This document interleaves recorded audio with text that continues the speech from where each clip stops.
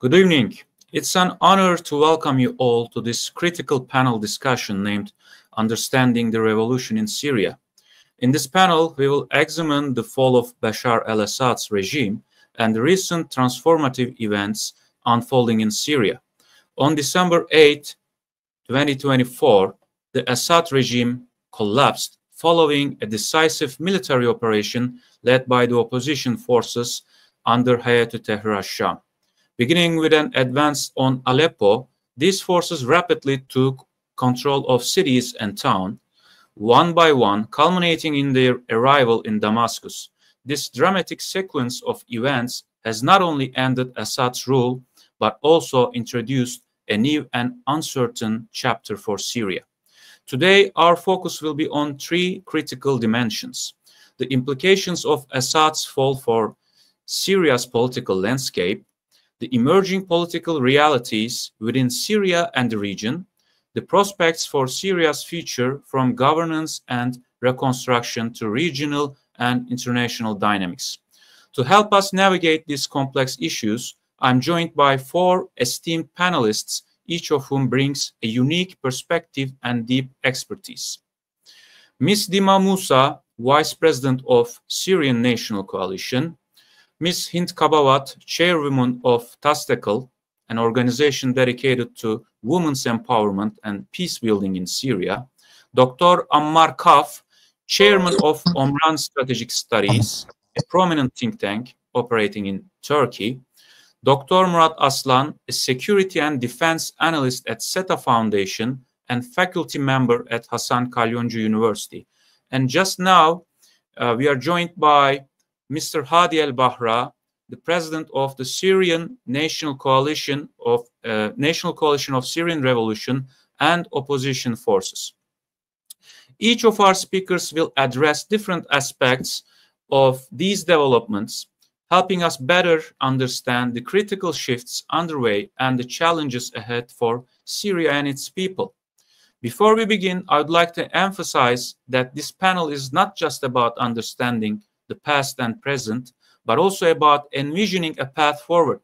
So I encourage an open and dynamic exchange of ideas. And for audience members, please feel free to type your questions in the chat box at any point during the session. We will address as many of them as time allows us. Without further ado, let us start with our first speaker, Mr. Hadi al-Bahra. Mr. al-Bahra, in light of the dramatic developments over the past 2 weeks, with the opposition forces taking control of key cities and the eventual collapse of the Assad's regime, how do you assess these developments on the ground? And additionally, as Syria enters a new chapter, what kind of future do you foresee for the country? The floor is yours. Thank you. Yeah, thank you. Thank you for holding this symposium, and I salute all the participants also. We need to forget we need at this moment to remember that the Syrian revolution, when it started in 2011, it started for causes and objectives to be achieved. And these objectives were really to regain our civil and constitutional and humanitarian rights, which were stolen by the Assad's regime. It took us 14 years for the revolution to realize its objectives. The military operation, it was planned and thought of years before it happened. It was forced on the people who their first choice was to follow a political path for peace negotiation and try to achieve the target through peaceful means. But the continuous objection and obstruction and refusal of the Assad regime for all the approaches towards the regime to hold the meetings in Geneva, and also the calls of the Arab Leagues and the United Nations and all the peace plans, and lastly, even the calls of President Erdogan asking Bashar al-Assad to come and have a dialogue, and Turkey could assist in opening a real opportunity for establishing peace in Syria. This continued refusal pushed the Syrian people, and especially in the liberated area, to think that it's time to find a way to force the regime into peace talks and to force the regime to surrender. And the beginning, they began training on this operation since a year ago. Their expectation were that they will fight an army in front of them, the regime army, with the assistance of its backers, Russia and Iran. They expected fierce battles that for Aleppo to reach Aleppo and regain control of Aleppo. They thought that it will take them a minimum between a week to 2 weeks. At the start of the military operation, it was a fierce fighting only on the first defense line near the Battalion 46 of the regime's army. But after the fall of that defense line, which took almost only 1 day to get it fall, the rest, it was like domino effect. Soldiers, they ran away. They didn't want to stand with the regime. They didn't find enough cause for them to pay their life and defend the regime itself. And the Syrian National Army and also the armed groups, when they reached Aleppo, they found the same situation, that the army forces really started to withdraw out of their positions in Aleppo. Aleppo was the first test of the organization of the revolutionary and armed groups' experience in liberation. It was really prepared. It went almost clean inside the city. No violation, no human rights violations. They spoke with the people, respecting their dignities and their rights. It was prepared very well, with in mind the day after.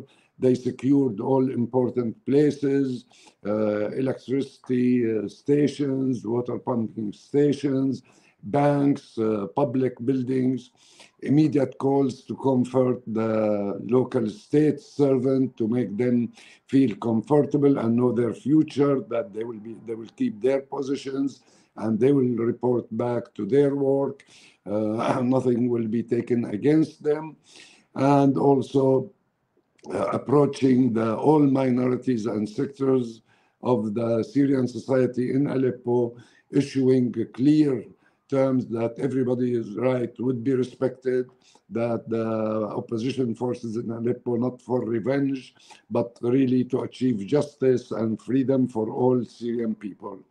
And immediately the surprise to the regime was the continuous flow of military operation from Aleppo immediately to Hama and to Hamas. Starting from Hama, the regime issued a statement to their army to let go, do not fight, and get into civilian clothes and leave, except one unit, which is Battalion 25, which was centered on mountain of Zain al-Abidin. They fought fierce battle. We had many martyrs in that battle, but at the end they gave up, and also they handed over. Immediately after continuous, the forces did not wait. Some of them stayed in Hama, and mainly the people from Hama who stayed in Hama. And the people from Hamas, immediately they started even flowing from liberated land in the suburb of Aleppo, and they pushed toward Hamas. People inside Hamas started to take over some neighborhoods, and Hamas was also a clean operation. And forces reached Damascus. Some of the forces by civilian who are in Damascus started to take their own neighborhoods. Some demonstration in some suburb like Jermana. The people demonstrated, they destroyed the statue of Hafiz al-Assad. and their armed groups inside Damascus. They took better for the security and securing places in Damascus until the forces came also from south of Syria toward Damascus, and they were the first to enter Damascus and join the civilians inside Damascus in taking over. The main force coming from Hama, from Hama and Hamas, it was delayed a little, and that caused some unrest and some public unrest and some damages to a few public buildings.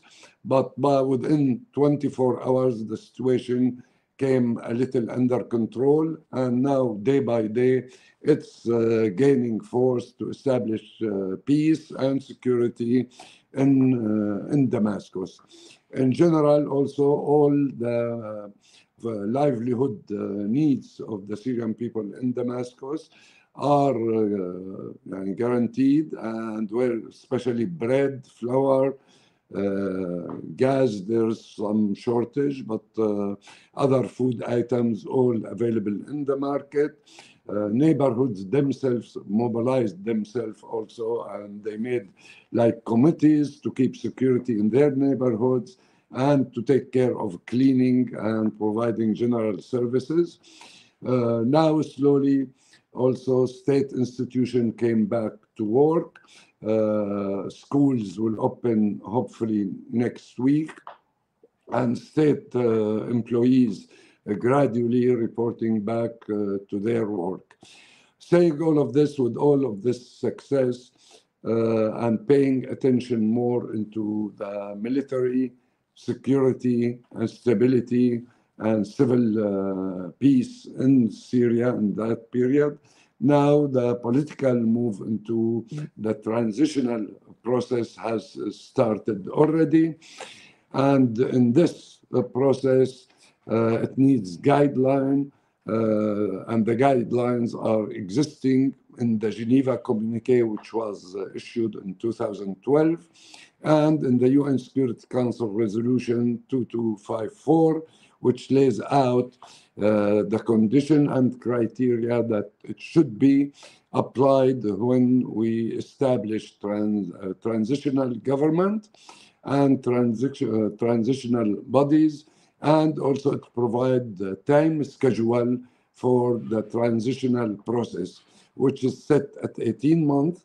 So during these 18 months, a special drafting committee has to be assigned to rewrite the constitution or write a completely new constitution, and to establish during this period also safe and neutral environment where the transitional political process can take place.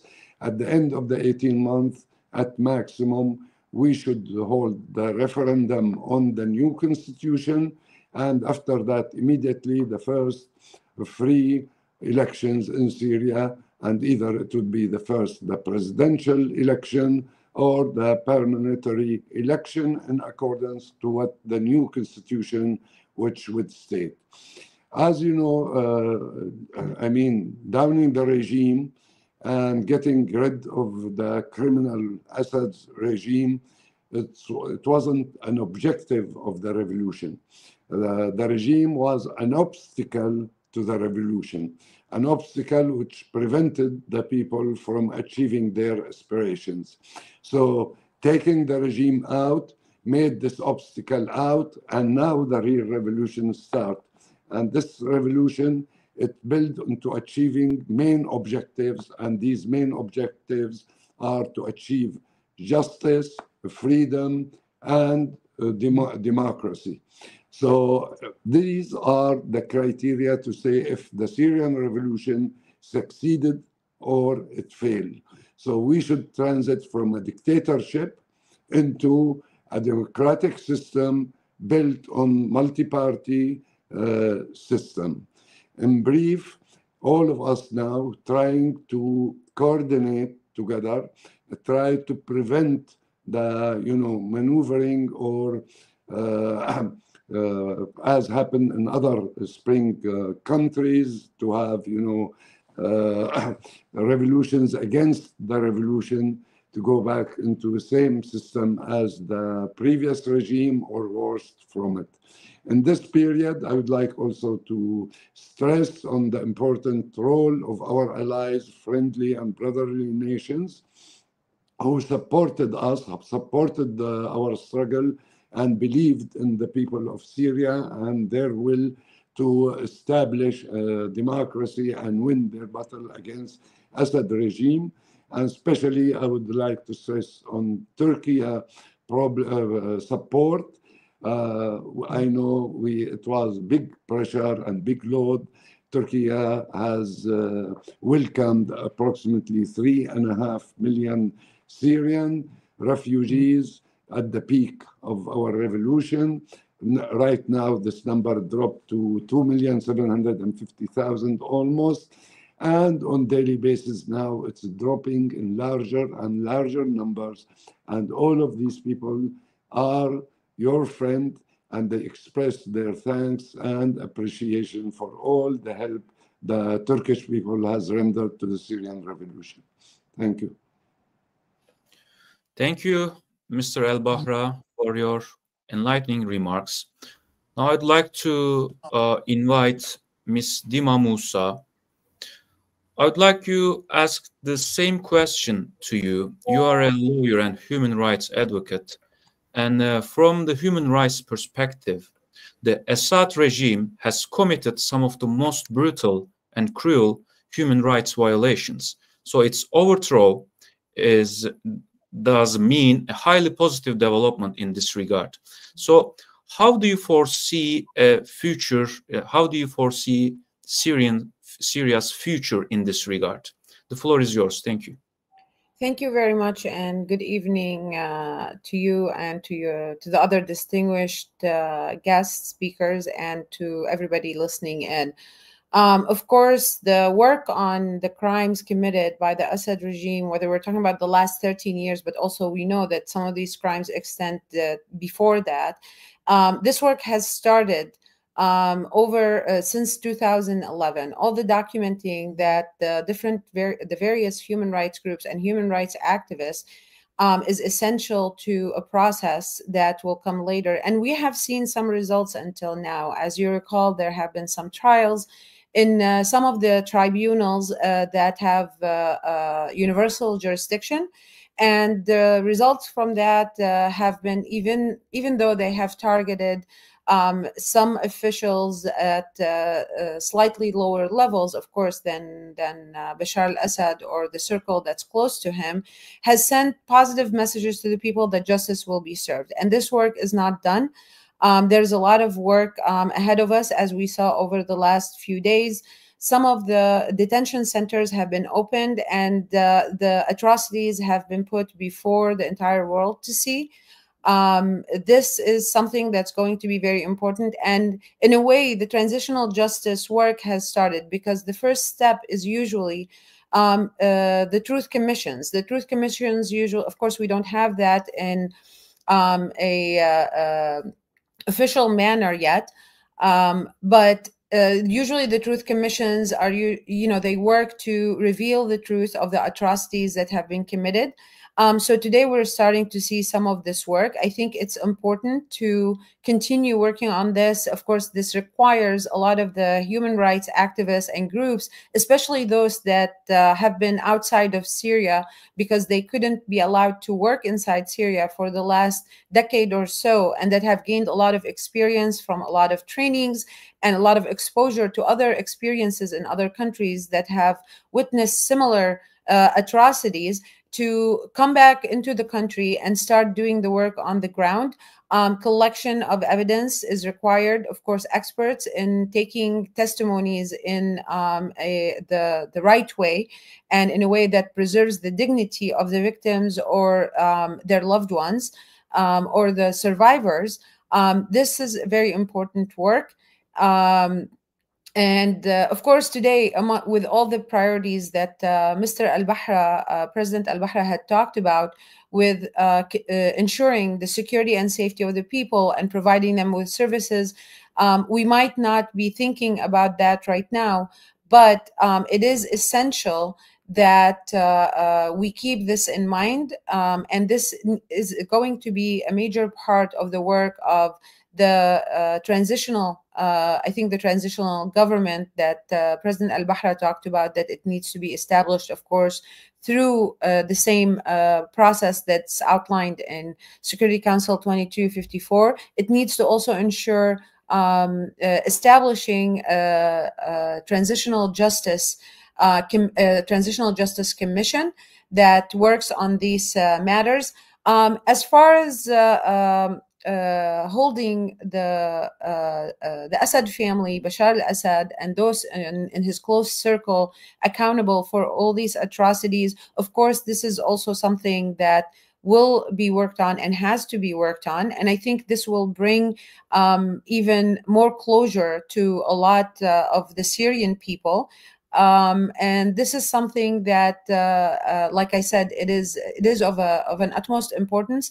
But luckily, and I think maybe luckily is the wrong word, but fortunately, in international law, crimes against humanity and war crimes don't have a statute of limitation, which means we can always go after them. So for now, the focus, of course, needs to be on working with these detainees that are getting out of these detention centers, working with their families, ensuring that they get the services they need in terms of health support and mental health support, and providing them with sort of reparations in a way, not in the same sense that reparations we talk about in transitional justice, but at least to ensure that they can be rehabilitated to be again effective in society. So I think this is something that can be worked on the immediate term. And of course, there has to be also part of our work in the future is ensuring, and this is again something that we emphasize all the time, is to have a national court system that is capable of prosecuting some of these crimes.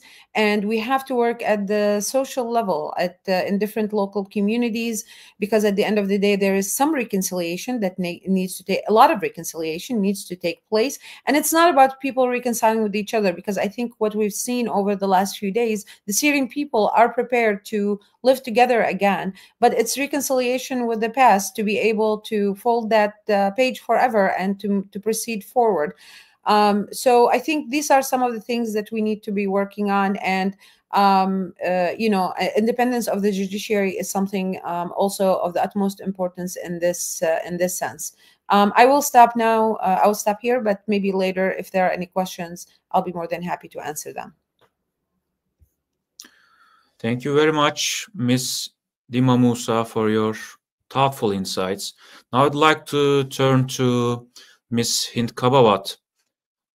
Professor Kabawat, given your extensive work with marginalized groups, Druze, Yazidis, and women, especially women, what do you think about the future of these groups in Syria? What kind of political framework would you envision to ensure their political representation and safeguard their rights in a new Syria? The floor is yours. Thank you. Okay, again, I just want to add to my colleagues to congratulate first the Syrian people and thanks Turkey for all their help and support over those years. First, I just want to share with you when I was in Doha on December 8th, and we were in the conference. Everybody, after they heard the news of the fall of the dictator, every single person, almost, they're saying, congratulations, but I hope, and we hope, that we won't have the scenario of Iraq or Libya. And let me explain to you, and like I explained to my colleagues in Doha, Syria today is different than the Syria in 2011. During those years, we created a civil society, a civic space.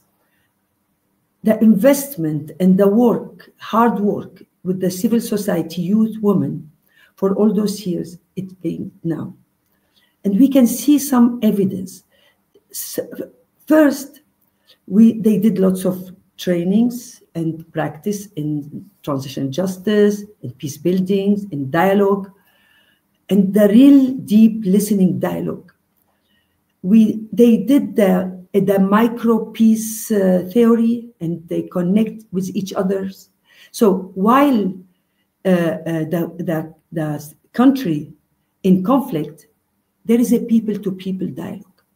And every time somebody will ask me, when are you going to start the civil society? I will be saying, yesterday.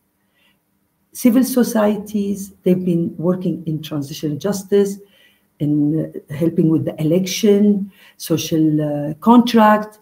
They've been talking about larger how we're going to live together. So when this is, let me give you some example now, because from a practical point of view. When the fall of Aleppo, immediately, without even being interfered, I just get all those phone calls from my student and some great civil society, their partners and colleagues. They are going for special initiative to go to the Christian and the Armenian area to distribute humanitarian, talking with them. And then when they went to Hama, it's the same, to Skelbiye and others. So civil society, they didn't wait anybody to tell them what to do. They say, this is our country. They have a peaceful transitions. And you can see now, a country with a long time of conflict could be like a blood, but they didn't. It was peaceful transition. They didn't have any incident or any problems. And there is a few messages being turned around, and they're being very keen about it. We don't want any sectarianism in our country. We don't want to revenge. We have to talk with each other. Anyway, talking about Damascus today, we've been in Damascus facing, of course, the people, and I can tell you, the Christian community and other community, they're very worried about not to be an inclusive future for Syria. And they have the right to be worried. And we have the right also to tell them, as-sabr, in Arabic we say the patient. We need to sabr. We need to think and to think very pragmatic. We have three scenarios. The first scenario is we see this new government, and they're not inclusive at all, and we can just say, okay, we have nothing to do with this country. Or scenario two, let's watch them and see what's going on, and we'll see. We're going to be close enough to see if they're going to change, and so we can be involved. Or the third scenario, say, no, it's not their country, it's our country. We're going to cooperate, and we have to help, and we're going to be there. So the civil society women group, and I can tell you, we have lots of women politicians in Syria. We have a great civil society. They know what they're doing. They bright. They have their own strategy, and they're thinking ahead. They're thinking about the day after. They plan everything, and now they're working together. So what we're going to do today, it's a question of, are we going to be involved or not involved? So this is a question, and the civil society and the Syrian people are talking about. Yes, there is fear. They are scared. I'm going to be in Christmas in Damascus to spend it with my Christian community, with my friends and families. Did I not get many messages of what will happen to us? Today I get this message, very disturbing, saying, are we going to have Damascus as Kandahar? I can assure you, I can tell you, I guess there is fear, but also there is lots of hope. And if there is something, I know it was very bitter 11 years 13 years, sorry. But I always say there is always light in the end of the tunnel, because we did created a great community and civil society. And look at today. Today, they didn't, the revolutionary, when they when they start in Syria went to Damascus, first thing they did, they opened the prisons. And today, we need to trust that all this hard work the civil society did in the last few years, the women group, it's going to pay off. It is going to be very challenging. We have a few things. This morning, I was talking with the American news. I said we need to focus on humanitarian aids, because we cannot leave the Syrian people alone. Number two, we need to think about lifting the sanction. We need to start thinking about building reconstruction and early recovery, because many Syrian, and now I'm in Gaziantep, many of my Syrian friends, they are ready to go back. They want to go back to their villages, to their land, and they want to build their homes, which they've been destroyed by the Assad regimes. So we need to think about this. Third, my colleague Dima talked about it very good, and I cannot add more. The accountability file is so important. We need those people to get their punishment, but in a court, in a trial. And this is how we're going to make sure and get it right to everybody that our revolution from the beginning was a Sawrat Akhlaq. It's an ethical and moral revolution. We are all fighting for social justice, for better Syria. And everything, all the indications so far, we can see today in Umayyad Square in Damascus, the friends of my kids, they're sending me a beautiful video about man and woman dancing in the street, celebrating our revolution together. Thank you. Thank you very much. Thank you very much, Professor Kabawat, for your precious contribution. Now I'd like to turn to Dr. Ammar Kahf, Chairman of OMRAN Strategic Studies. Professor Kahf, how do you assess the developments on the ground, especially in light of the collapse of the Assad regime, and additionally with various groups now voicing different political demands? How do you evaluate these demands, and what implications do you think they hold for Syria's political trajectory? The floor is yours, sir. Well, thank you very much. I just returned from Damascus, and I'm at the airport going back to Istanbul as we speak. Spent 3 days in Damascus and met a lot of civil society, met a lot of business community and industrialists and actors within Syria before, who used to live there, or those who returned to celebrate in the streets. And I went out and participated in a lot of these, celebratory events. I think it is time for people to celebrate without putting a but next to it, because now people deserve, our people deserve to at least celebrate this moment. As analysts, of course, I have a lot of issues on how the process will take place, what are the next steps, what are the challenges. Today, the number one priority for the new government has been, since Sunday, to reestablish order and peace. And I've witnessed myself several times on the ground where someone, is celebrating, shoots in the sky, and within seconds, that person is found in the crowd and is asked to give up their weapons. So from that, and I also met some of the minority groups as well in my trip, including Alawites and Christians. And I tried to, again, reconnect those who we've had a lot of workshops with. Our institution decided, my dear friend Hind mentioned three scenarios.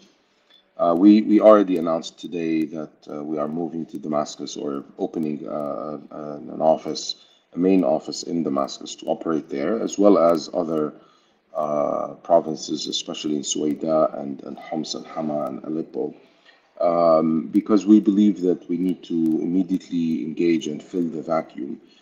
HTS cannot govern alone, and whether they believe they can or not, the reality is Damascus and Syria is much bigger than one group or the other. I believe that they still are not fully convinced of that, but that there is room. There is an opportunity here to be seized, and I believe it's important for all Syrians to engage positively. I think the process, the hypothetical process of 2254 is not fully applicable today as we speak, because the context of 2015 is different than today, 2 weeks ago was different than today. We're not talking about a consensus between two parties because the regime is not there. Now we're talking about an inclusive and participatory process, and that's I think it's a major concern for Syrians who spent not only the last 13 years, but those who have spent probably the last 60 years under this very oppressive regime. There is a question on the process of who appoints and how is the Constitutional Committee going to be established. The current transitional government is due to expire in March. Who will establish the new government? Will there be elections, etc.? They themselves, the current government, doesn't have enough answers, and I think they don't have enough manpower to respond to all these questions. I think what's important is that actors, civil society actors, experts, politicians, it's important for them to be fully engaged and not leave this very historic moment in our history to be monopolized by one group. I mean, that's my brief. If you have any specific questions, of course, I'll be more than happy to answer. I think there is hope. I am cautiously optimistic, as I've always been. Very happy that we're finally done with the most horrific regime in modern history, if not in all of history. I don't think any other, dictator can be even close to 1% of this Assad regime. The country, every brick is crying, is weeping out of agony, out of hurt. The walls, the streets of Damascus, the streets of all the cities I've been through, from Aleppo to Homs to all the villages in between, to Hama, of course, before that. And of course, the destruction is huge. Just outside the walls of Damascus, you see the destructions in the suburbs of Damascus. We have a lot of things to do, and there's so many issues on the table, and I think we need to prioritize our intervention by, first of all, making sure that we push the envelope to the maximum in terms of participatory and all-inclusive political system that evolves out of this process. And then, of course, we have issues regarding justice and accountability, fact-finding missions and truth commissions and so forth. But also, there's a huge need for education. I visited schools in the most upper-class neighborhoods in Damascus, where classrooms don't have walls, where some classrooms don't have heaters, where students don't have basic needs, and teachers are paid $30 to $40 if they're lucky.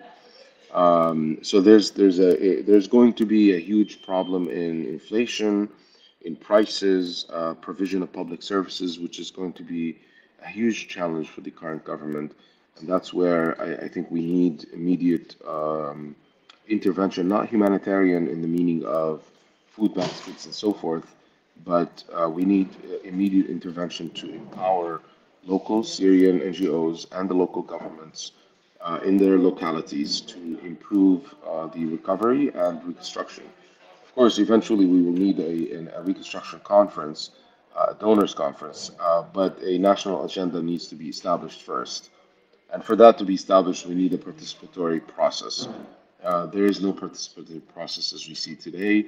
There are channels of communication, going back and forth. There are people pressuring, each other.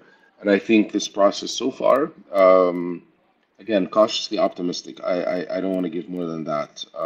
There are problems, there are hurdles to be pushed. And I think some of our friendly countries that are closely in touch with the new government in Damascus should also play a role, because stability is not going to be established by empowering a monopoly of power again. That's something that will not create stability, will not create a return of refugees, will not create economic recovery for people to go back. And in fact, it may cause another wave of exodus, of people exiting Syria as they go and they see the disastrous and the catastrophic level of complete, not only criminal who killed people, but also, suffocated them, impoverished them into a country that deserves way better than this. That's been my observation, to be honest, the last few days, looking at the banking sector, the industrial sector, visiting also the electric company and the main services in the city of Damascus, as well as in Aleppo before that. But the last 2 days were in Damascus. I feel that the work is just beginning. This is just the beginning, and we have a lot of work to do to make sure that our country is back on track. Thank you. Thank you very much, Dr. Kahf, for your insightful analysis. And now I'd like to give the floor to Dr. Murat Aslan. Sir, Turkey has been an active player and supporter of the opposition from the beginning. In light of the latest developments, what is Turkey's position in this regard, regarding the situation in Syria? How does Ankara view the recent changes, and what role does it intend to play moving forward? And of course, we should add Turkey's priorities, security concerns to this equation. The floor is yours. Thank you. Thank you so much, Hocam. First of all, I would like to thank all participants, because it's not an easy job to have all these names, faces, come together and speak and address people. And I believe that this event has been an opportunity to address not only the Turkish public, but especially the third parties like Europe, the United States, and also Syrian public. Well, if you go through the Turkish politics, Turkish policy regarding Syria, I think I would first claim passions and humanitarian aspects together with security. Passions because it took 13 years. I mean, if there could have been a change in the Turkish political stance in assessing exactly what will happen in Syria, we could see a different picture right now. So what I believe is that, well, it has been a multilateral, multi-layered political commitment of Turkish leadership based on a long-term crisis management. Think that you are dealing with the big powers, a superpower in Syria, because if anything happens in the region surrounding Turkey, it becomes what? It becomes not only the matter of local powers or countries of the region, but also the global ones. Say United States, Russia, sometimes China, by the way, and also some other regional powers like Iran or Israel. In this sense, Turkey had to, watch exactly who's doing what, either local, regional, or global, and had to align the Turkish politics and at least build a landscape to provide sustainability. And it did have two interfaces. One of them is inside Syria, another one was in Turkey. In this sense, calculations are important because they must be based on a certain program, an action plan, must be coordinated technically through a decision matrix, and then there must be a coordination with the ones that you do not control on them. You do not have control on them. So it's a manifold effort, I believe, And now, today, together with the Syrian partners in Syria, there is an achievement, and that is actually an outcome of a long-term and coordinated effort. Another issue is what, in this effort, we have to be aware of the inputs. Sometimes the interests may contradict in a 13-year length revolution, either local or regional, sometimes global. In this sense, think that Syrian National Council experienced a long-term strive for, managing the process. It's not an easy job, by the way. Based in Istanbul, and you are dealing with a great revolution in Syria. It's not an easy job. And Syrian interim government based in Gaziantep, well, it's not still an easy job to coordinate differing organizations based on required institutionalization.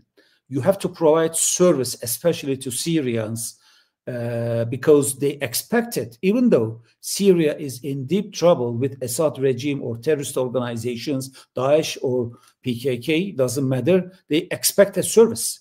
Wherever they are, it's not important. So we have to appreciate exactly these two organizations in coordinating the efforts. Another issue, the Turkish relationship with Syrian National Army is really important. And there was another coordination. It was Hayat-ı Tahrir Sham. Why? Syrian National Army was built from the scratch. Think that it was Free Syrian Army who started the revolution, that they transformed themselves. It's a success story, I believe. Why?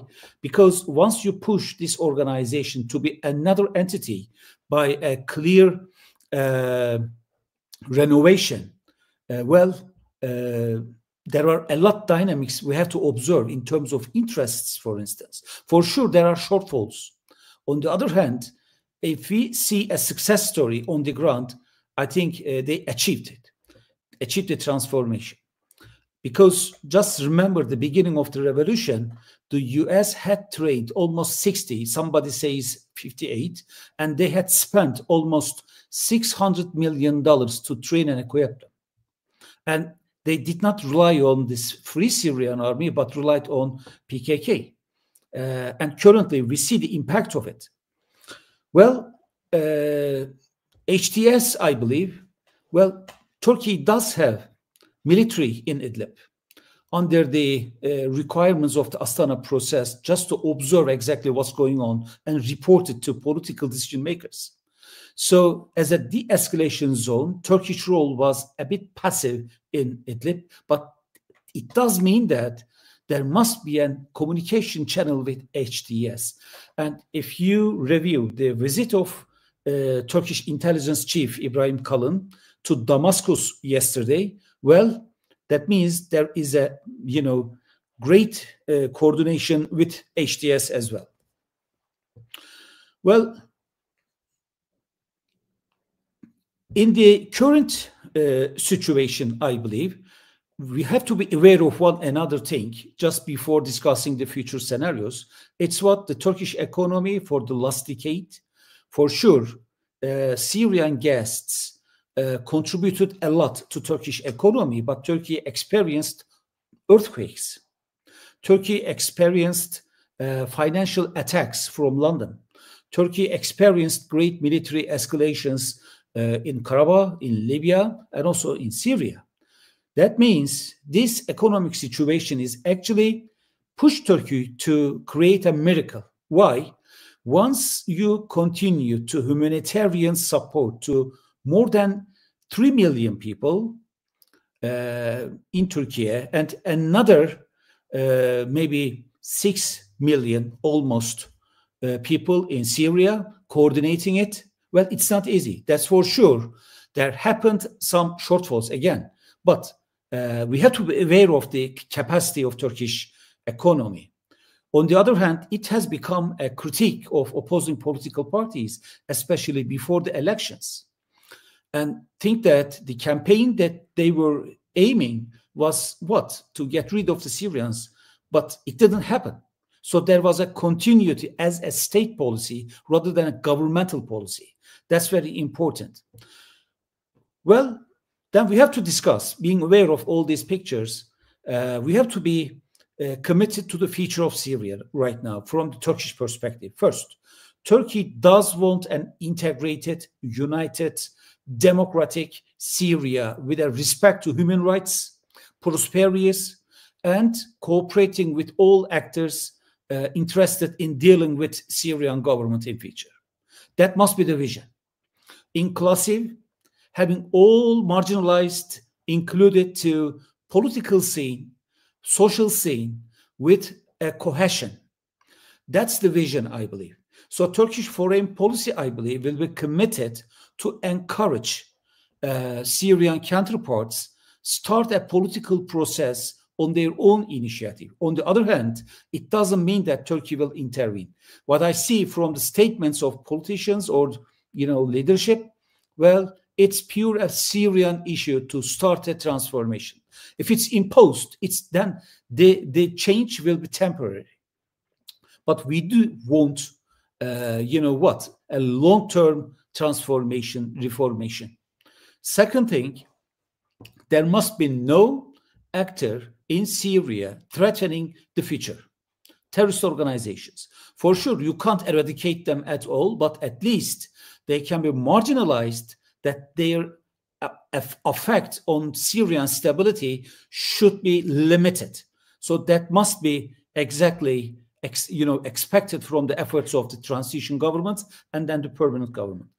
And another issue, maybe as an extension of political transformation, as the other guests clearly delineated, the constitution, the political atmosphere, society and economy. Well, Turkey expect a clear interconnection through win-win policy, as Turkey did it with the other countries. I mean, not an isolated country, but interacting country. I believe that then we can promote the mutual relations and also brotherhood and sisterhood. I mean, covering all communities for a better future. Thank you so much. Let me stop here and expect questions maybe. Thank you very much, Dr. Aslan, for your insights. We have now completing the first round.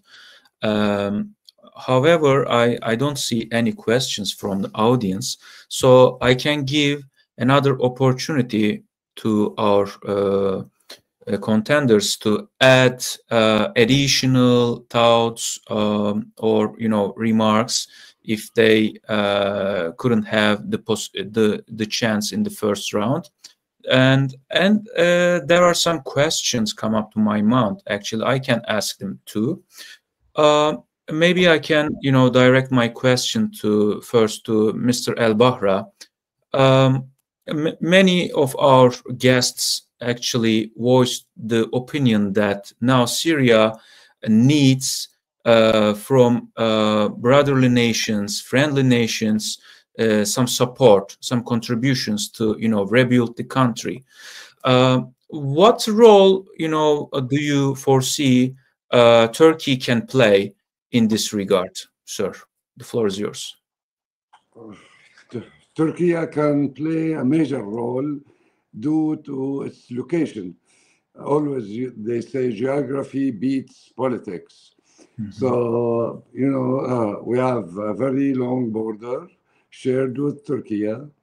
Many Syrians, they did either work in Turkey, so they know the system of work in Turkey. Many of the Syrians went to universities in Turkey, and the same, many Turkish people learned Arabic. They were exposed to the Syrian people also, manners, attitude. So there is a very big, wide base for mutual cooperation, especially in trade, industry, and other projects. Also, it's much cheaper for Syria, for example, if we want to execute a construction project to deal with Turkish companies and get Turkish expertise in construction and tourism these two areas very important, and they are very well established in Turkey. But also on the other side, Turkey's role is very important in supporting the political process itself. And I don't agree with what Dr. Kahf said, that resolution, Security Council Resolution 2254, it's not applicable anymore. It is still applicable because it is in two halves. The first half is about negotiation between regime and the opposition. This part, fair regime is over. So the opposition will establish the transitional government. But what part of the opposition? Is it only the one who won using, the military force, or is it by somebody else? The UN resolution states how it should be established. It says it's inclusive, and it has to be credible, and it has to be established on non-sectarian basis, and provide the time schedule of the political process and what is required to be achieved during the transitional period.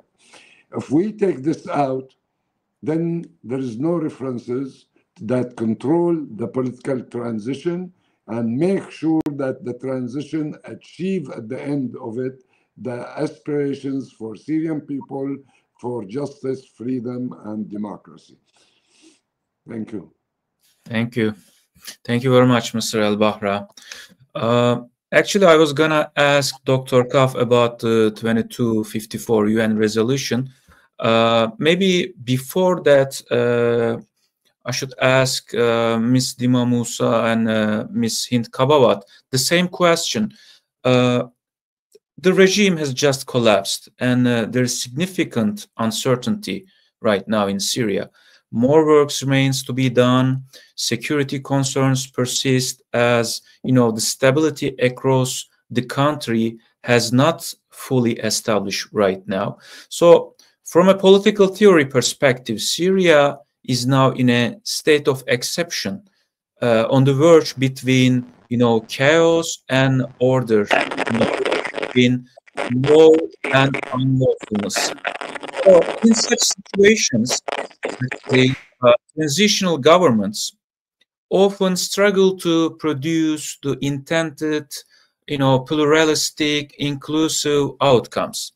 And also Professor Kabawat mentioned about being patient. But how long should Syrian people be patient? And until when should they be patient? And on the what point should they start to maybe, question the existing political structure that not, being inclusive or, being pluralistic enough? Maybe we can start with you, Ms. Dima Musa.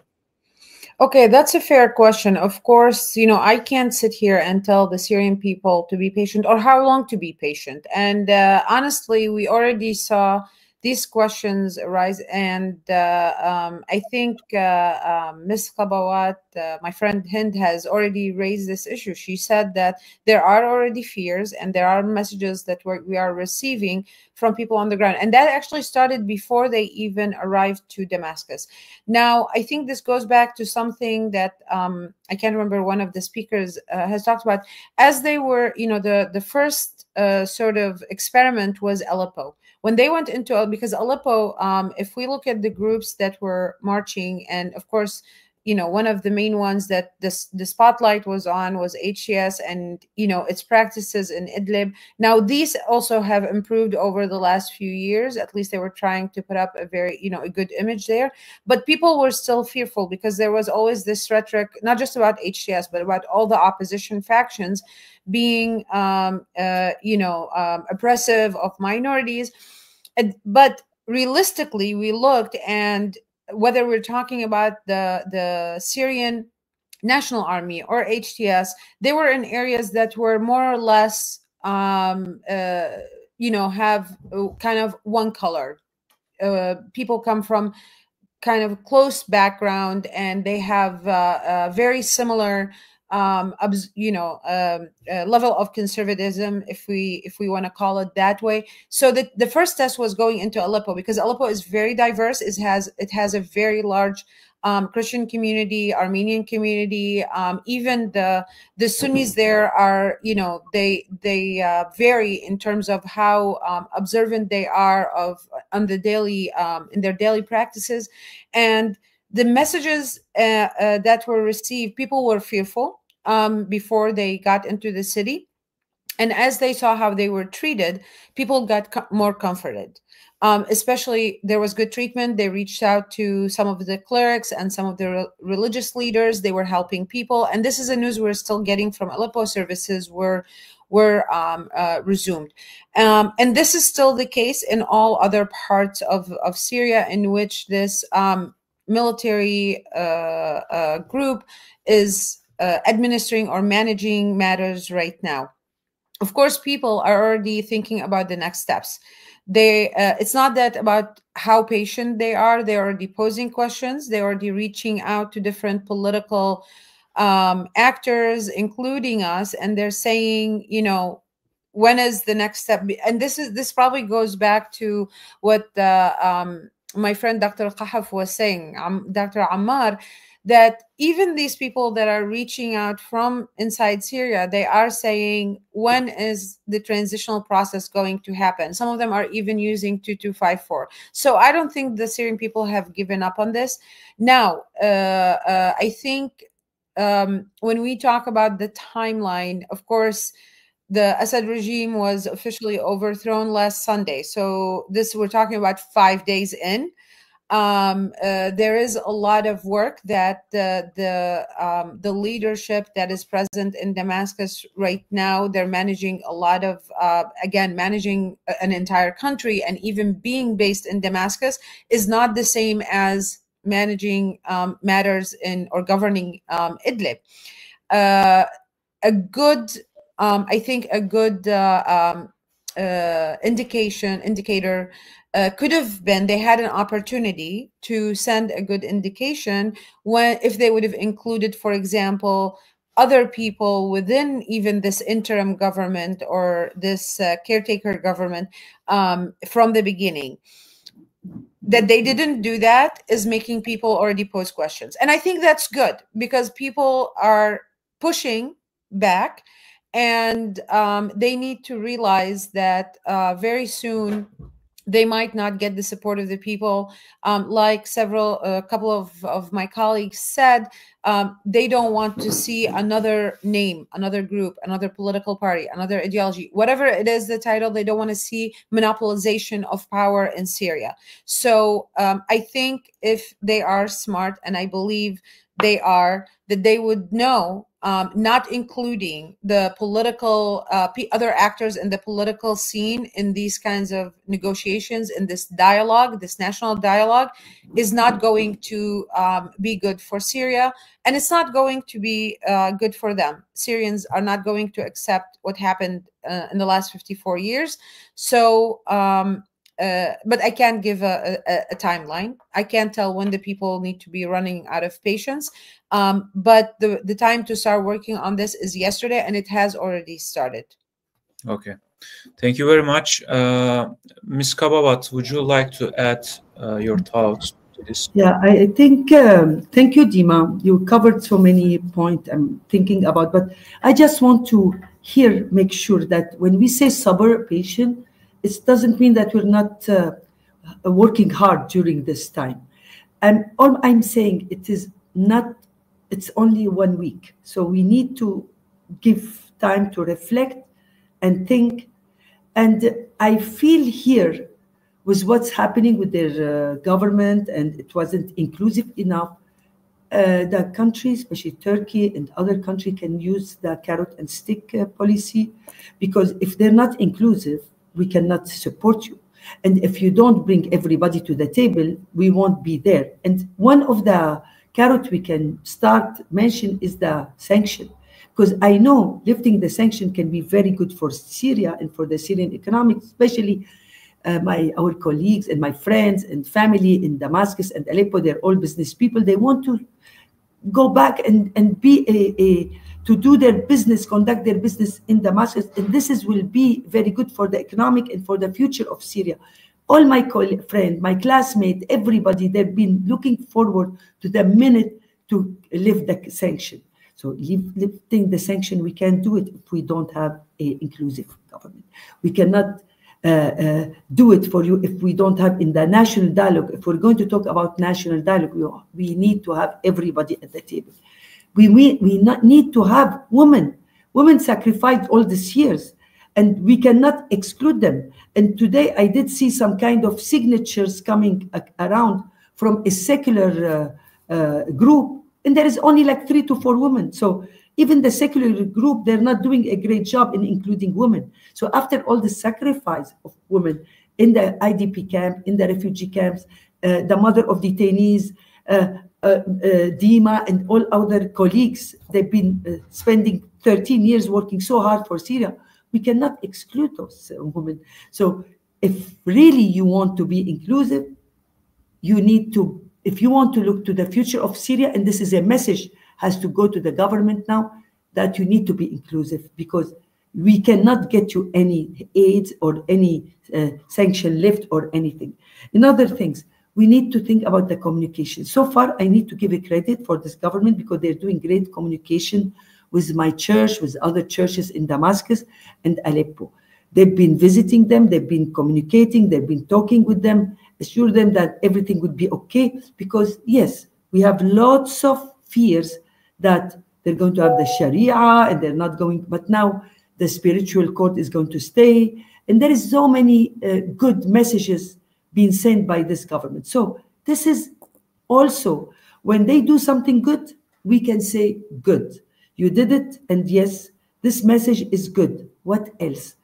We need to build on it. So that's why when I ask about the scenario 3, that we need to be close enough to watch and work and be patient, yes, but in the same time, we need to work hard. And in the transitional justice, which I think this is the most important file now, we need to work on it, because we do really want Syria, I don't want Syria to end in sectarian war. And so far, I don't think so. I can see now all this message, nobody, even the hate message, people, they deleted all, and we need to be very careful about one things we do teach, and we learn it in our school, in the conflict resolution. Be aware of spoilers. We have so many spoilers. We get false video, false recording, messages, and it's not even 1 week. So we need to be careful from the spoilers, and we need to work hard today. Let's put all our differences aside, and we can think about one thing. We need to build the Syria together. Thank you. Thank you very much. I think we are all agreed that we cannot emphasize enough the role of women in Syrian revolution. And I'd like to ask Dr. Kahf about his views on UN Resolution 2254. Sir, please, can you elaborate more in this issue? And I'd also like to ask you about the sanctions. Sanction removal, is it, you know, the real condition of Syria's, you know, to rebuild the Syria, or with the sanctions remain in its place, Syria can find another way to, you know, rebuild itself? Thank you. Thank you very much. I mean, I'll start with sanctions. I think there has been, our institution has been involved on the issue of sanctions for the last 2 years at least, in deep research and interviews and presenting a Syrian narrative and a Syrian analysis to the big issue of sanctions. I think we believe that there has been a lot of sanctions that should have been removed even before. There are sanctions that hurt more on the average individual. And so as we are looking at it today, yes, there are sanctions that need to be removed. There are others, and I'm not talking about sanctions on HTS, I'm talking about sanctions on the banking sector, the electricity, some of the basic livelihoods. I mean, I was talking to some of the Syrians who, with a very bright, working on robotics and AI in Damascus, and they were prohibited from participating in an international competition in one of the European countries under the guise of overcompliance on sanctions. It's not about whether it falls under sanctions or not. It's about the perception by those countries and by those banks.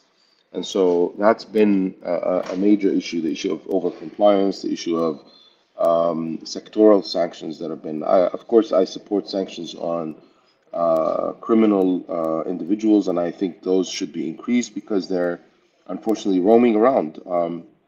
Some of them are still in Syria. I learned, for example, of a war criminal who used to feed his tigers detainees, unfortunately. I mean, this is the guy in Hama, I think, or somewhere near Hamas or Hama, who's been, and this guy's still around. There were some rumors that he was killed, but to my knowledge, those are, again, some of those fake videos going around. But nevertheless, I mean, there are many criminals that have made their way out, including Bashar al-Assad, the biggest criminal on this, that should be, cornered in the corner more and more.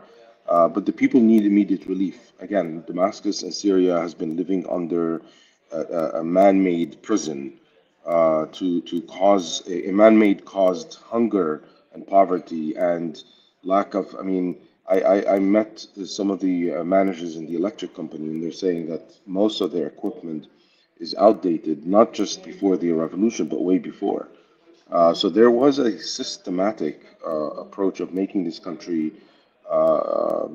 live in horrible conditions and to fight people in their basic livelihood, for people to stand up in line for a number of loaves of bread, a number of natural gas for cooking, and natural gas for cooking is at least double the price.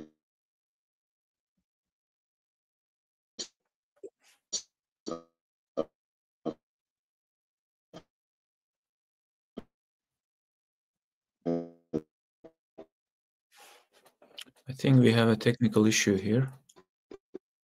In Istanbul, for example, the bread is more expensive. Hello? Yes, we can hear you clearly right now, but we missed your part. Okay. Maybe the last 1 minute. No, I mean, that's. I'm waiting for my flight to board, so I apologize. I'm looking back, but I mean, basically, yes, there should be work on sanctions, but not individual sanctions on warlords and criminals. I wanted to comment. I mean, the Syrian crisis is not over yet. I mean, this is just one of the phases. We had 4 governments in Syria. Today we have 3. And I think one of the biggest threats today to Syria's territorial integrity has been, the PYD or the SDF authorities in northeast Syria that continue to cause a lot of, deaths. I mean, today, as I was driving back from Damascus to Aleppo, there's a certain roundabout circle that we were told by bystanders and on text messages, make sure you don't drive through this intersection because there are snipers from SDF sniping random civilians driving by their car in that neighborhood. There's also, the tensions in Deir ez-Zor, of course, and the tensions in Raqqa as we speak, and the water dam, Tashrin water dam, and so forth.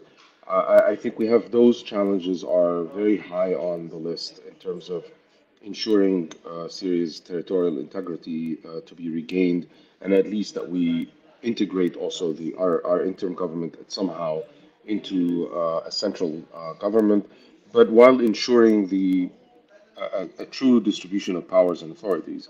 Now, 2254, I think it's not completely over, and I don't want to go into a conversation with my respected colleagues, whom I very highly respect, but many parts of it are gone, are out of context today. So there are context issues within the 2254 regarding transition, but there are no two sides to the conflict today. So this is more of a Syrian, an opposition type of discussion that still needs the support of countries. I don't think, unfortunately, that HTS will be pressured by the UN. And so this is where we need support from countries. And I don't know, as Dr. Murat was mentioning, that there may be no appetite by Turkish authorities to exert pressure on that only security is now the top priority. But pressure needs to be exerted. Those groups do not understand the politics and do not understand this diplomatic language, unfortunately. And I have to be frank. I mean, I know this is on live streaming, but those are actors that have transformed. They have succeeded in many aspects of local security. So they're providing, the checklist, of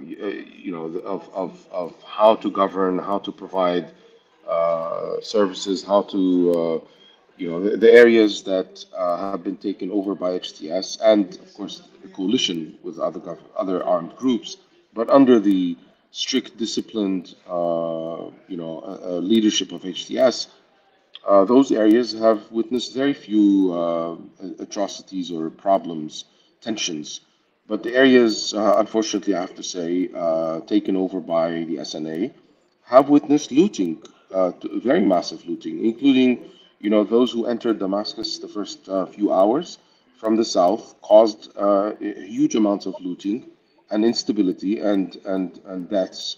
And the same thing goes in the north, until HTS came in and enforced a complete discipline, no videotaping, no and an immediate response to complaints, a clear, as my dear friend Hind said, the communication protocol where they're able to communicate and say, hey, anyone who witnesses a problem, call us and we'll be there. And I personally witnessed a few cases where the response was immediate within a few minutes while I was there. So the situation is still very fragile security-wise, and I think we should not wait until it's stabilized. We should continue the pressure to create a transitional process.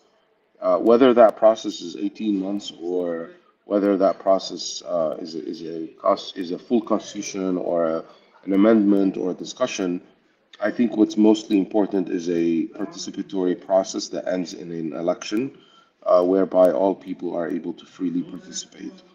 2254 is a framework. We can take from it, but some of the elements within it are just simply out of date and don't represent the realities on the ground. So we have to adapt it. We have to find creative ways to apply it so that we can get the international legitimacy of a new government that would be supported, would be funded, would be able to enter the international arena. Of course, I'm not saying it's, throw it in for free, not even for free. I mean, you have to get, if we're going to give up even a piece of it, we need to negotiate it over. And that's the job of the negotiation committee and all these, and our great opposition. I think the opposition needs to engage with HTS and with the government and with the different actors on the ground. Things are very fragile and they require leadership. And leadership means to be present, to be part of the conversations, to not leave the place, as my dear friend Hind mentioned, the three scenarios. It's not us or them. I think we have to look at it also as, we're not going to leave it alone. We're going to share it. We're going to have to be there to push our way. And I've seen it in the protests in the Umayyad Square, and I've seen it in many districts. I walked through many, areas in Damascus where this plurality, this discussion is ongoing, and people demand to be included, and they're not going to be quiet anymore. The other fear I fear, my dear, Dr. Mustafa, is a lot of Syrians also are afraid of this new Kandahar, or what my friend mentioned, because we've seen many examples in the Arab countries. The more, Islamist leaning, the more likely there will be counter-revolution, or there will be an intervention, or there will be some countries will fight it. And so this needs to be moderated. And the only way to moderate it is by a participatory and integrated approach where all actors are participating. And I mentioned this to some of the people I met this morning in Damascus, is that, you know, the civil society organizations have done a lot of work on the constitution. The opposition has done a lot of work and have advanced, have learned a lot, have matured a lot. And you cannot just simply throw that. This is a national treasure. This is something to cherish, to be proud of. The work of the SSC, the work of the civil society organizations, that you cannot just say you're going to establish you're going to select. And I asked, well, how are you going to select? And he said, well, we need people who are wataniyin, who are patriotic. And I'm like, how do you measure that, you know? And it's just, you know, and I'm like, I'm not looking, he said, you know, hey, why don't you nominate a few names? I'm like, I'm not in the business of nomination. I'm in the business of a process that is it's not on track. And it has to go back to the track.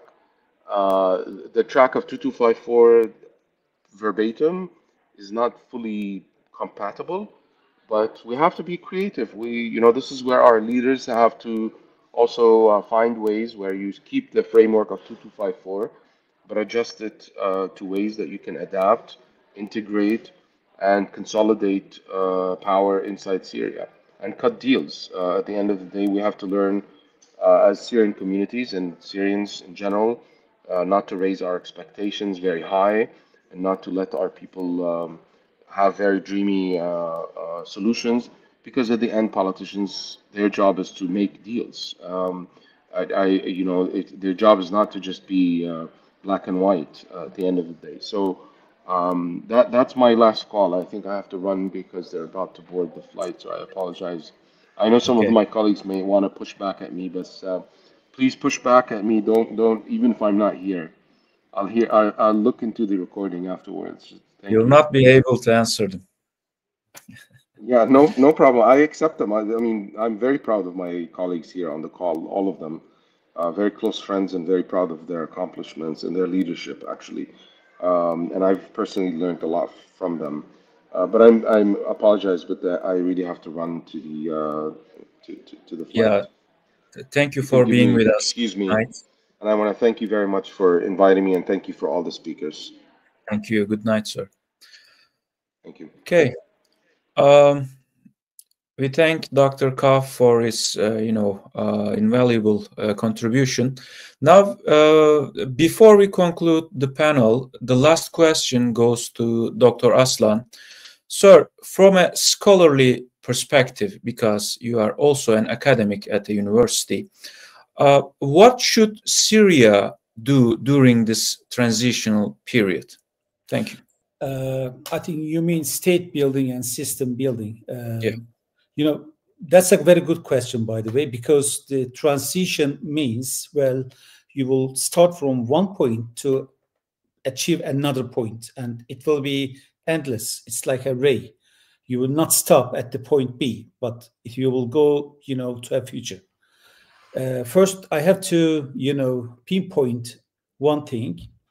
The revolution is still continuing. I mean, revolution is not over by the capture of Damascus, for two reasons. The first one, the half of the Syrian land, well, it's in the hands of Syrian Democratic Forces or PKK or whatever. And there are a lot ongoing over there.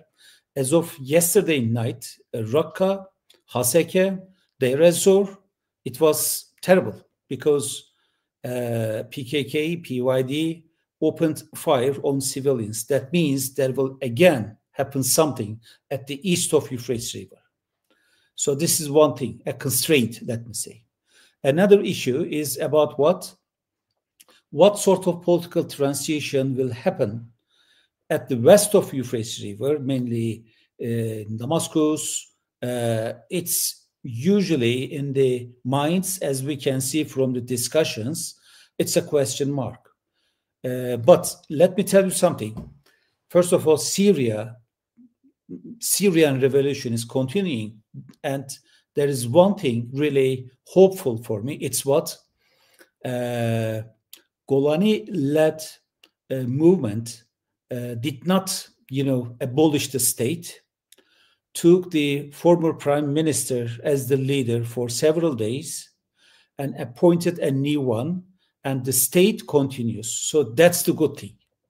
Why? The citizens expect service, and there must be a running mechanism. Even though there is a collapse, there must be a running mechanism, at least for a continuity in the state. So that's the good thing. That means for the state building, Syrians will not start from the scratch, but there's an already established mechanism. On the other hand, once they see that it's useless, they can rebuild it. On the other hand, the second aspect is really important. It's system building. System means what? Interconnected a lot mechanisms, starting from constitution, law, societal life, economy, security, military, and just list. In this sense, just to have a smooth transition in Syria, as a friendly comment, as a scholar, well, I would first host a big conference that all Syrians are somehow represented, maybe except terrorist organizations. Why? Then they can discuss exactly what to do. On the other hand, once they see each other tangibly, they can also agree, because they can build empathy. So what Syrians need right now, maybe under the leadership of Syrian National Coalition or whoever, doesn't matter. It may be in Damascus, it may be in Aleppo, in Gaziantep, in Istanbul, or in any other city where these people can have an outreach safe, doesn't matter. But there must be a huge conference that all, ethnic, sectarian, religious, societal groups are somehow represented. So they can continue exactly what to do. Because the question how is very important in designating the strategy. Then they can have it. Another issue, there's an interim government right now, but there must be a constituting body. If you go through the state building efforts right after the evolutions, there are always a constituting body that observes the political transition by clearly raising hands or not. And third, that's for sure, there must be an interim government. On the other hand, what I believe is that if we are talking about, for instance, constitution making or share of power or state organization, what I believe is that there must be designated committees totally committed to build what? Sorry for this. There must be committees discussing exactly what to do. In this sense, if Syrians leave gap behind in building a system in Syria, this gap will actually be a challenge in future. So whatever the method they prefer doesn't matter, but at the end, they must be able to build what? A system. So that's all from me. Thank you so much. Thank you, Dr. Aslan, for your insightful remarks. And I think we can conclude the panel right now. But before that, I'd like to ask our panelists one last time if there's anything they would like to add. Please. And all the indication looks like the Arab Spring is not over. Thank you. Thank you, Professor Kabawat. I think we can conclude the panel here. I'd like to thank all of our panelists. And we have heard a diverse set of perspectives from you addressing the political, social, and strategic dimensions of Syria's ongoing transformation. I hope to meet you all in a prosperous and democratic Syria one day, hopefully very soon, and we can hold another panel there. And thank you, and I'd like to say good night and thank our audience for their participation. We can conclude right now here. Thank you and good night.